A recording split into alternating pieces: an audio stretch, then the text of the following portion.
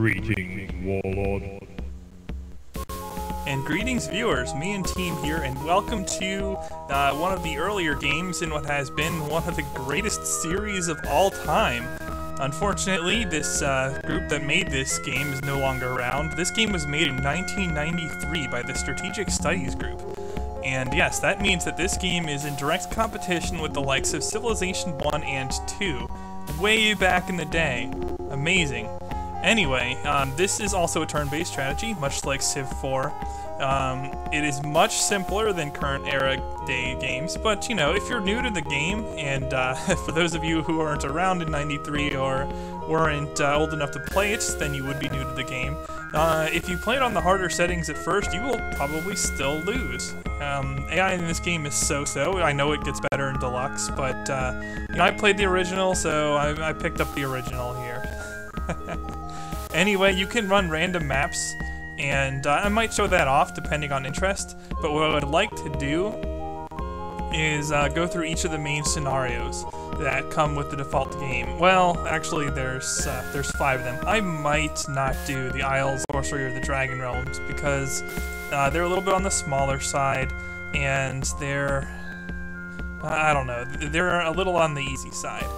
Anyway, we could do tutorial, but I know how to play the game. It's been many years, but I've done a few test runs. I should be fine. And, so, okay, we'll do Erythea, Hadesha, and Islaria? Yes. And, I'll try to explain things as I go. This game isn't nearly, it doesn't have as much, cryptic information as, say, Genghis Khan 2, Clan of the Grey Wolf did. So, I think I'll do what I can with explaining as I go. And let's just hope that I'm not leaving anything out, because this game series is amazing. I think the peak of the Warlords series was Warlords 3, similar to Heroes of Might and Magic in terms of that. And those two were part of the golden era of turn-based strategy back in the 90s.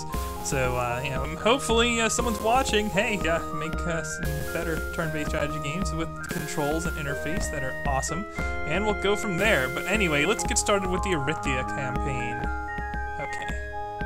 Island Kingdom of Erythea. I think I'm pronouncing that correctly, and if I'm not, who cares, because it's a made-up nation. At least as far as this game is concerned. And yeah, I'm running this on Dosbox, so I can actually record it. Creating the strategic map. Please wait. So, the way this works is most maps will have 8 factions on them. You play as one faction, and you try to wipe everyone else out, and if you're winning by enough, the other lords will just surrender to you for the most part, so you don't have to worry about that. And okay, here we have beginner, intermediate, and advanced settings, and then you can edit options specifically, and I will probably edit options specifically. You have 3 levels of difficulty you can set an AI to: Knight, where it's not so bright, Lord, where it's a little bit harder, and then Warlords, the best you're going to get out of the game. Again, if you're new to the game, start off with Knight, work your way up, unless you're like, you know, just God mode with turn-based strategy in general, in which case you can probably get away with starting on Warlord. As long as you don't choke too badly, you can win these games for the most part. But if you want to quickly turn everybody into Warlord, just click on I am the greatest, and it turns them all into Warlords, and then just say, no, I'm really normal. What I am the greatest does is it will make pretty much every AI in the game declare war on you within the first couple turns. So there's no diplomacy, there's no staying out of war. You are going to be instantly hounded. Now, another thing about this game is the only way to win is to kill everyone else, or just to have such a dominating lead that they give up. Very new concept, huh? It was back then. Domination did not show up in Civ for a while still, but they already had that concept going in Warlords, which is impressive. Strategic study groups, come back! Please! Please, you're so awesome. Alright, okay, so here we look at some of our settings. Neutral cities, when you start out, you'll usually only have 1 city. Sometimes you could have more, but for the most part, you'll have 1 city. Future games expand on that a little bit more, giving more starting power to some factions. Active means that they will produce units if you attack them and fail. And then you also have active. You also have average and strong. Average neutral cities kind of suck. They have their weakest defenders, Whereas active, it's kind of random whether it has a weak or strong defender, but if you attack it and fail, it builds up to 5 defensive units, and then strong just has the strongest unit available in the city. Active's probably the most challenging, so we'll leave that on. We'll leave diplomacy on so that the AI can dogpile me if I start running away. Now the game considers hidden map to add difficulty. I disagree. When you run hidden map, especially on these campaign maps, like I know where everything is for the most part, so and the AI doesn't. So I'm going to leave hidden map off. That also lets you guys see the mini map on my first few playthroughs, so that helps. View enemies on off. I don't think it really matters. As you're more experienced with the game, you can kind of predict based on the AI patterns. I'm also going to leave that on so I can show you guys. View production just lets you see what's in a city ahead of time. That's good for if you're one of those pillage/sack mongers. The way intense combat works, and you can right-click on any of these things to see what they do. Basically, bias combat towards large attacks. So yeah, with intense combat on, you would want to spam cannon fodder like no tomorrow. Military advisor, yeah, you can speculate on combat results. Once again, the more experienced you are, the less you need to rely on that, because you have a rough idea of what your chances are. You know all the strengths of the units, there's no problem. I'll just leave it on to show it for flavor. Quick start. Yeah, you can. Okay, so there you go. You can begin with all cities owned. I don't like that. I think part of the fun in the game is the expansion phase, so I'm going to leave that off. And now here's something I've been experimenting with. And one of the other Let's Players, I forget which one, I will have that annotated. I don't want to do another mispronunciation like I did to Heaven's Frogman, because that's a serious discredit. And Heaven's Frogman's, his Let's Play of the Ogre Battle is actually very entertaining. I would recommend it. It's a clear deviation from my utter cheese run of the game. If you want to see how the game was probably intended to be played, check out his or Pasta King's runs, because they actually play it properly. But there's not really, I mean, you can kind of cheese the game here, but there's not really any true cheesing ways to go with this. I'm turning random turns off. I experimented with this. I must have played through, like, I don't know, 6 or 7 maps since I picked up the game again. And my experience with random turns is that you can kind of plan for it, because you can tell if you're in the start or the end of a turn and can say, okay, I'm not very likely to get double moved this turn, or there's a good chance I'm going to be able to double move the AI. So you can kind of predict and plan around it. The AI can't do that. So it almost feels like random turns gives me an advantage over the AI. That's really my conclusion is. You know, I have this hero, I double move, and they lose core cities. And then if I feel like I'm going to be double moved, I'll take steps to shore up those cities. I don't know. So, okay. And I left Skype on by accident. It is a pain to zoom out of this, so I'm not going to bother with that. We have 8 factions. You'll see. Yeah, we can be any of them if we want. I'm not sure who to be on Erythea. I agree that it's one of the more balanced of the campaign maps, so it doesn't really matter who I pick. In my test run, I was the Syrians. They are probably the most default choice, being at the top left, and they're the good guys, so to speak. But they're actually, I don't know, nobody's really that threatened on this map, as you'll see. There's 3 continents, one with 2 empires, and the other each have 3. So I probably want to go with one of the sides with 3, because when you're more isolated, it's harder for the AI to attack you, and its attacks become more predictable as it has to land on your continent to attack you. And you can kind of head that off. You can jack them at sea with flying units. There's all kinds of nonsense you can pull. So I'm probably going to be anybody except for the orcs and stone giants, because they start on their own continent. And especially the red, man. They're at the bottom left of the map. They are not easily accessible to really anybody but yellow. So if you had to pick an easy faction on this map, I would go with them, especially since they have the Imba spiders. And I know in Deluxe they made spiders slightly less useful because they gave units more moves and left spiders alone, but geez. I used to like green because that's my favorite color, so I used to play as them a lot. I think we're going to go... Who should we go with? Let's go with Kingdoms. Yeah, okay. And you can set specific types of characters for the AI as well, and make them behave a certain way. But, is there a random option? I wouldn't mind. You know, I want to make one faction, like, totally asinine. Who should I do? Let's make it red. You know, he's gonna be far away from us. Attila the Hun has a tendency to pillage things and raise things. Ian the Infamous, Nicholas the Nefarious. Gotta love these names. There's just so many little things that are just nice touches. I don't think, okay, here it gives you descriptions of them. Treacherous, conspiratorial, horse lover. Oh yes. That's what my name means, after all. I'm also a lover of horses. I would get along very well with Attila the Hun then. Treacherous, there you go.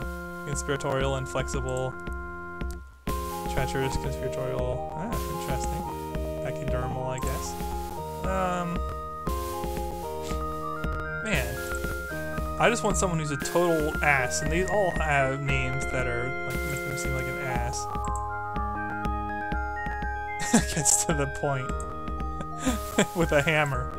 It's, I'll show you a point. Oh, this guy's dangerous, and he doesn't repent. Reputable, but not reliable. Alright, we're gonna go with hand to hammer, just because, you know, that has unfortunate implications to it. And since we've already gone on a number of minutes without even starting to play, I think it's time for me to click this begin button Let the war so you guys can actually see. begin. Oh, my bad. He says, let the war begin.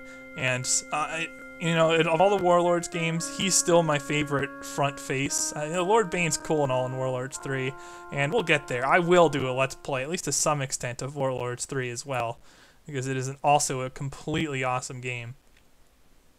But, you know, that guy, he just has the voice, the look. I think he's probably the best in this series when it comes to that. And yeah, because this is being emulated, it's actually going with the old school speed. So we can talk about things while we're sitting here, like our feelings. Oh man, it is April Fool's, I guess. I don't really have anything this year, unfortunately. I'm not going to pull off, oh, I'm switching to this, like Psy StarCraft did with Trident 2 or something. I kind of wish I did. It kind of snuck up on me, April Fool's did this year. Plus, I'm missing video stock, so I figured, whatever. I'm just going to record videos properly. I probably won't be able to get this out until tomorrow anyway, because I am going to be meeting up with my brother and my nephews. We're going to watch some pro wrestling. You know, they're at the age where that kind of stuff is still awesome. Well, you know, it has some elements of awesome to it regardless. I mean, I've always loved the role of a heel pretty much in any point in life. You know, I make a good heel. Idra's the heel of StarCraft 2. I'm probably the heel of Civ 4. You know, that kind of thing. It's fun to be a heel. So, and that's where the term comes from. So you have some good to it. But I think it's most interesting to kids who don't have that sense for, okay, none of this is real. Of course it's real. Are you kidding me? So, yeah. That should be fun times. It's the main event between Rock and John Cena, or John Cena. I think it's Cena. And so I'm going to be taking the role of John Cena, and my brother will be taking the role of The Rock, and we will be giving our nephews a hard time as such, and they will be put on one side or the other, and we're going to have some fun with that one. So that's my April Fool's plans. You know, normally you don't have specific plans for April Fool's, but this should be awesome. What else? Well, that's about it in terms of the plans for today. If we look for upcoming Let's Plays, I have announced Final Fantasy Tactics. I will be doing that soon. I almost did that before this because I announced it first, but man, I really wanted to get into Warlords too.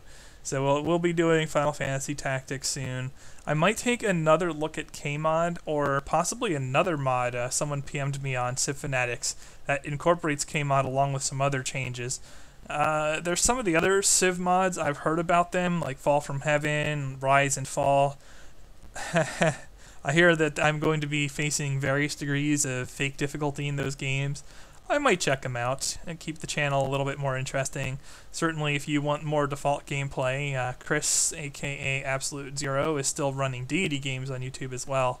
But I figured, you know what, it's time for something fresh on my channel in terms of Civ 4. I probably will take a look at more and more different mods, maybe some Civ Gold, and just give my opinions on them, show how they play, do what I can to bring more of a different look at Civ 4 to the community.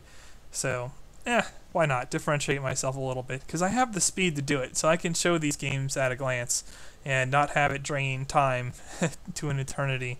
Although anytime you're doing turn-based strategy, it's always going to be a little bit more slow than it would be with, say, real-time strategy, or if you're doing like showing off some fighting games, some shooters, that kind of stuff. It's a lot easier to put down a 15-minute commentary than like an hour commentary. And I do like to split up my videos now so I can actually bring some daily material to you guys.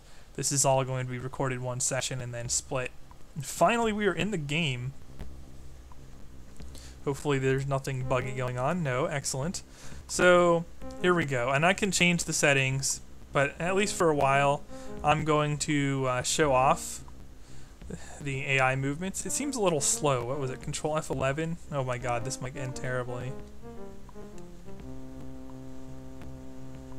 Or is it Control F12? I want to speed up the emulator. That's the goal here. Oh no, that's the wrong direction.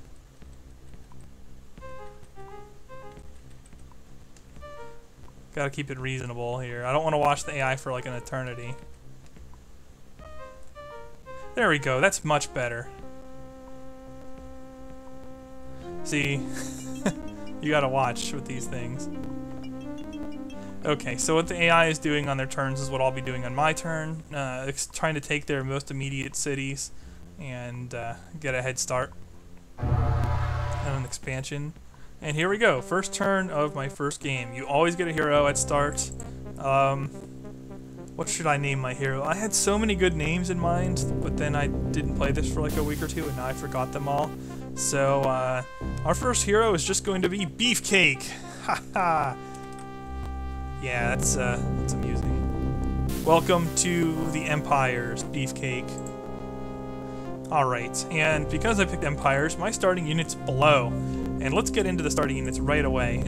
Anytime, well, okay, when you're on the anvil, you can see what the city's producing. I have a choice between catapults, heavy cavalry, pikemen, and heavy infantry, and you do need to check out these guys because you do get some special stats depending on city from time to time that are different from default. But the highest strength in this game is 9. As you can see here, my highest strength unit is 4. Catapults have the ability to ignore city defenses though, so there is some incentive towards building catapults. But, you know, long story short, these units blow because they're low strength and they take a lot of time to produce. Time is the number of turns it takes to produce. Cost is, I believe their maintenance cost. And then you have strength, which is quite clear. That's their combat strength, and movement points. Again, pretty straightforward. You use up 1 movement point on roads, 2 on terrain that is native to you or on flat land, and then a lot more movement points going through hills and forests.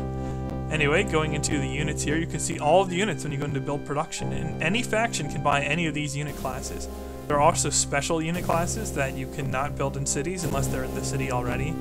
But these are all of the units. You have scouts, and if you see the icon there with the hills and forests, that shows that they make those basically as if they're flat lands, so scouts can help you get through forests and mountains with other types of troops. They give you a movement bonus. Bats fly, they can help a hero fly, but they don't help anything else fly, and they suck. They're much better in maps where you have the fog still.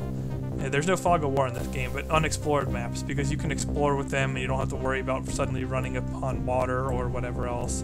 Light infantry is one of my favorite units in the game. I will spam these relentlessly. They only have 2 strength, but they are excellent at holding off points to make it extremely difficult to capture cities. And then here again, we have the extra ability to move through forest and hills, but strength 2, time 2. Orcish mobs aren't so hot. Same thing with light cavalry. They're fast, but they have poor attack. Catapults have that hidden thing. They ignore city defenses, and they make their whole stack ignore city defenses. So catapults are actually valuable to have. Thing about light cavalry and heavy cavalry, they each get +1 in the field. So yeah. And you have heavy infantry. They're really slow, so I don't recommend them. Same thing with pikemen. They're slow. I don't recommend them. And they also take a long time to produce. 3 turns to produce something that only moves 8 tiles or 8 squares per turn. Not any good. Dwarves are okay. They're like heavy infantry, but they have mountain movement. Then you get into the better stuff. It's not wolf riders are only so-so. Giants are excellent. They have the 16 movement speed, time 2, strength 5. They're a good, solid troop. Minotaurs have +1 in cities and against cities. Spiders, the ever-broken giant spiders, which I mentioned earlier in the video, they have they have 12 move, but they get +2 when attacking or defending cities, making them 7 strength units that produce in 2 turns for a lot of the more relevant battles. Nasty, nasty troops, especially defensively. If you got a +2 city with +2 spiders, you're defending as if you have freaking dragons. Ridiculous. Okay, Pegasi, 3 turns. They're not very strong, but they fly, very helpful. Griffins are obviously better. 6 strength, still 3 turns. Yeah, whatever. They're more expensive, usually worth it. Unicorns, they give a stack bonus. Elephants are -1 to enemy stacker. Is that the next game? Anyway, elephants are the strongest normal unit you can produce. So that's the breakdown of all the troop types in the game. Hopefully that's not too long. And I think I will start with building catapults here, because I like catapults. Now what do I start with? Heavy cavalry. Okay, and surrounding me, heavy cavalry defending that city, pike defending that city, and you can see if you right click on this, this has defense ×2, also produces 23 gold per turn, so gold per turn is relevant when you're considering your military forces. And this one has defense 2, so these cities are going to be pretty hard for me to take. Defense 2, defense 2, defense 2, yeah, okay. I mean, I am picking the harder factions to use on purpose, and we are seeing that here. These cities all have defense 2, so I might as well just go for ones that work. The alternative is to go for ruins. And let me show off my stack real quick. Okay, +2 hero bonus, plus strength and 2 strength in the open. Okay, so they're +2 strength in open. So they're pretty good in terms of that. But if I attack here, there's a good chance I'll lose my heavy cavalry. So I don't want that to happen. What I think I will do is look to take my hero to ruins and improve him that way. Maybe I'll be able to snipe Black if he loses his ghost. That's always extremely powerful, sniping an enemy early in the game, because each hero has a... hang on, let me see if I can show it. Here we go.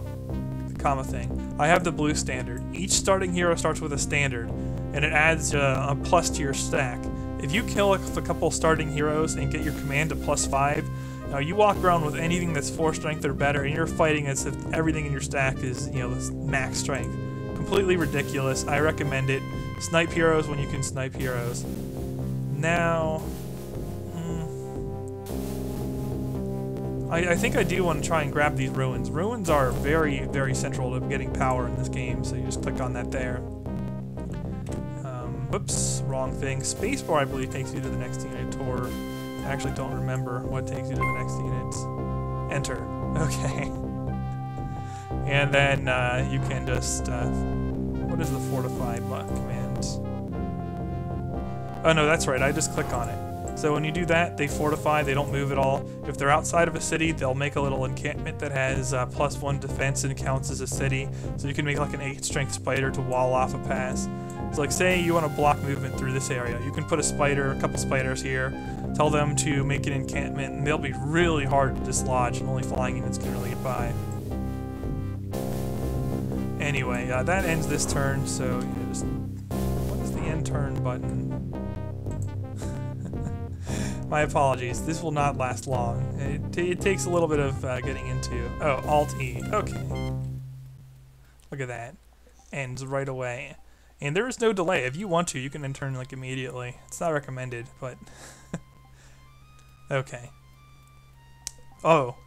See, that's an excellent thing for me, and I got a little lucky right from go in this. Black attacked a city and lost because we're playing active. And that's just another example of, the game will rate difficulty a certain way, but in reality, it's not as difficult as it appears. So, now I might be able to kill Black before he can defend himself. And here's a diplomacy screen. Hit D, pull up diplomacy screen. Currently everyone's at peace with everyone, and here's your reputation. The more you're disliked, the more likely the AI is to declare on you. However, the AI can declare on you just because it wants to, and it's opportune, so you have to be careful of that. You get a huge hit for committing treachery, declaring on somebody you're not at war with, or someone attacking somebody you're not yet declared war with. So that's a huge demerit. You also get demerits for pillaging and razing and sacking cities. Actually, pillage is the least bad, then sack, then raze. Those are the major things that affect your diplomatic rating. But if you start running away in the game, everyone's going to declare on you anyway, so just bear that in mind. I'm currently decent. I'm a pragmatist, you know. I think A moves all. Oh no, what moves all? Yeah, I want to get these things down. Okay, it's M. M moves everything. So that just gives all of your previous units orders to take their movement commands from last turn. Unlike Civ 4, the game will not do that forcibly. If you don't want to move yet, you don't have to. Anyway, hit Z and you explore the ruins. Please don't kill my hero. Okay, good. So I get some gold. That's useful, but it's not really what I was hoping for. I was hoping to get some allies. But here, I'm probably just going to go try to kill Black. Let's see if I can make it there. Because I think those ghosts have a long build time. Well, we'll see. And actually, are these well defended? Nah, they're pretty well defended too. Okay, we're going to end turn then. I really want to get a catapult out before I go trying to take any cities. Yes, the AI gambled on these cities and they did a little better, but the AIs had better starting units. For example, Yellow here has an 8-strength ally class unit called an Elemental that's getting boosted to 9 by his hero. So he had a much better starting unit than I had. Red, he had a wolf, but some of these things are guarded by like orcish mobs and crap, so yeah. He's his time's not too hard. I think light blue gets griffins. No, Pegasi. They're a little bit better than what I have. Obviously, demons with green. He lost his demon attacking the second city. Green's a really good faction. They're a little bit hindered by the forests here, and it takes them a little while to get going. But they have spiders in all these cities already. They're so good. Syrians, they're so-so. They can expand decently, though, because their cities are poorly defended. Look at all that light infantry defending the cities, and some of them only have 1 defense. So, they have it not so bad. Black, he's kind of, he's kind of isolated other than dark blue, so he's not so bad either. Like I said, red is really the faction to be on this map in terms of it being difficult for the AI to invade you by surprise. Plus, if you take out yellow early, you have control of pretty much everything down there. Music in this game is excellent, by the way. It's one of my favorite things about it. You heard it when I started up the game. I love that. It's so effective for the kind of game it is. It's a nice touch. This game was very well done. I miss the strategic study groups. It's the strategic studies group dearly. Okay, so here, how many turns does it take? And yeah, you can see how far you can travel, and then if you can't move there, it's X'd on this turn. So we're just going to look to declare war on Black immediately. Let's just hope that he doesn't get a unit out here. If he puts up a spider or something, you know, what can you do? I'll be at war with him. I don't think he'll be able to kill me too easily, or at least it's worth the gamble. We'll put it that way. And then of course the Black standard is in that city. Oh, light blue lost a hero as well. See, I would argue that maybe it's even harder to just let the AI be able to expand easily. Granted, we can too then, but when the AI gums up like this, it's hard for it. Orange is taking the early lead here. They're getting a lot of cities quickly. And yeah, well, a lot of their cities are defended by crap like scouts, like you just saw. Very weak defenses there. Okay, turn 4 for kingdoms. And yes, okay. We are now at war with Black, and Black is defenseless. So, derp! And okay, if you hold shift, you get this question mark, and that will let you show your odds. And yes, it is as simple as butchering sleeping cattle, because there's nobody in this city. Of course. So, we attack. The cowards have all run away! Beefcake has won the battle, and I loot 91 gold. And already, Black is out of the way.